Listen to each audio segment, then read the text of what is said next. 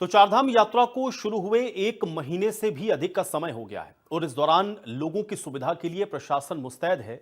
लेकिन इसके बावजूद उत्तराखंड की देवभूमि में चारधाम यात्रा में अब तक इस साल 80 श्रद्धालुओं की मौत हुई है। यहां पर आपको यह भी बता दें कि यह सिर्फ सरकारी आंकड़ा है। बीती गुरुवार को यमुनोत्री और गंगोत्री धाम की यात्रा पर आए 2 श्रद्धालुओं की हृदय गति रुकने से मौत हुई है। एक मृतक तमिलनाडु और दूसरा मृतक मध्य प्रदेश का रहने वाला है। अब यहां मीडिया रिपोर्ट्स के मुताबिक इस साल अभी तक 80 श्रद्धालुओं की जान जा चुकी है। आपको यह भी बता दें कि चारधाम के चारों मंदिर समुद्र तल से 3000 से 3500 मीटर की ऊंचाई पर हैं।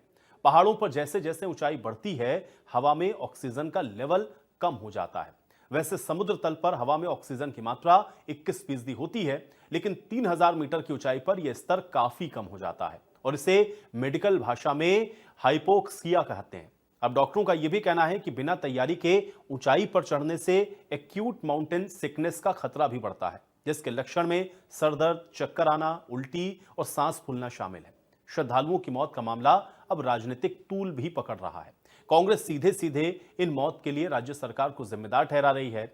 80 लोगों की मौत यानी कि देवभूमि में अनर्थ, और इस अनर्थ की असली वजह क्या है?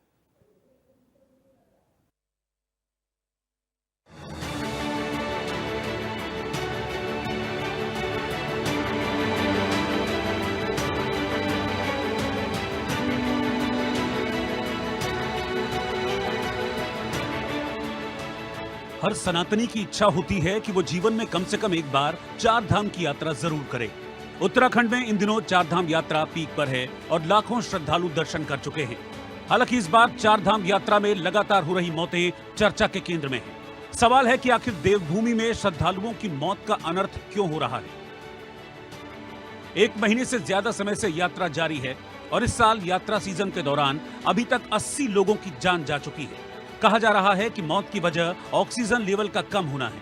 आपको बता दें कि सरकारी आंकड़ों के मुताबिक अब तक केदारनाथ में 35 और बद्रीनाथ में 17 मौतें हो चुकी हैं। वहीं गंगोत्री में 15 और यमुनोत्री में 13 मौतें हुई हैं। तौर पर बड़ा गंभीर विषय है, बहुत चिंता का विषय है। जिस तरीके से आज 31 दिन में जो है 80 से ज़्यादा यात्रियों की जो है मौत की खबर जो है वो सामने है, और उसके बाद भी सरकार जो है चेत नहीं रही है, सरकार जो है जाग नहीं रही है। सरकार के चार धाम यात्राओं को लेकर जितने भी दावे हैं, वो दावे कहीं ना कहीं झूठ साबित हो रहे हैं। अधिकांश लोगों की जो मौतें हो रही हैं वो कहीं ना कहीं ऑक्सीजन लेवल को लेकर हो रही है, स्वास्थ्य की सेवाओं की नाकामियों के चलते हो रही है, और उसके बावजूद भी ये सरकार सिर्फ अपनी पीठ थपथपाने का काम कर रही है। स्वास्थ्य संबंधी हो या यात्रियों को सुविधाएं संबंधी जो व्यवस्था है वो देने में सरकार पूर्ण रूप से जो है नाकाम है। सवाल है कि आखिर ऐसा क्या हो रहा है कि पहाड़ की ऊंचाइयों पर सांसें अटक रही हैं। इस मामले में बीजेपी प्रवक्ता का क्या कहना है, ये भी सुन लीजिए। चारधाम यात्रा में जो श्रद्धालुओं की दुखद खबर आई है बहुत ही दुखद है, और हमारा श्रद्धालुओं से यही आग्रह है कि जो लोग प्लेन से हाई एल्टीट्यूड में अपनी यात्रा को कर रहे हैं वो पहले जो हमने एकोमोडेशन की सुविधा दी है वहाँ पे रुक कर थोड़ा क्लाइमेट के साथ में क्लेमेटाइज हो जाए, उसके बाद अपनी यात्रा को प्रारंभ करें। क्योंकि बहुत सारी ऐसे जो हमारे एज्ड लोग हैं या जिनको मेडिकल की कहीं ना कहीं कोई दिक्कत रहती है, तो वो लोग जो हैं हाई एल्टीट्यूड पर उनको कई प्रकार की समस्याएं हो जाती।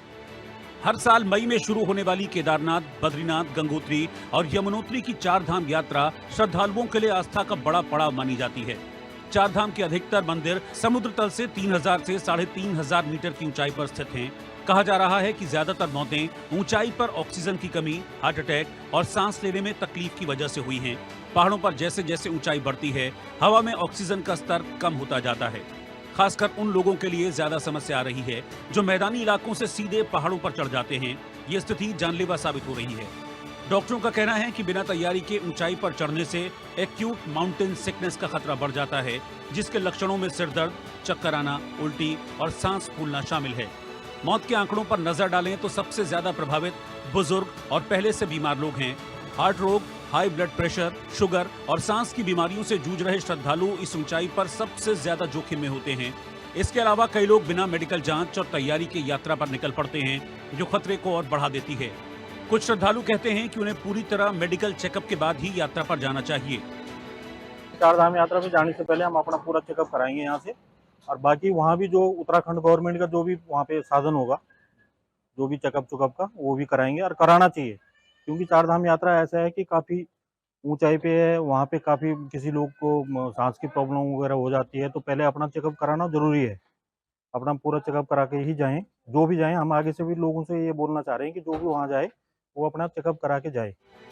उत्तराखंड सरकार ने यात्रा मार्ग पर मेडिकल कैंप, ऑक्सीजन सिलेंडर और आपातकालीन सेवाएं शुरू की हैं, लेकिन श्रद्धालुओं की भारी भीड़ के आगे ये सुविधाएं नाकाफी साबित हो रही हैं। इसके अलावा मौसम की मार भी यात्रियों के लिए मुश्किलें बढ़ा रही है।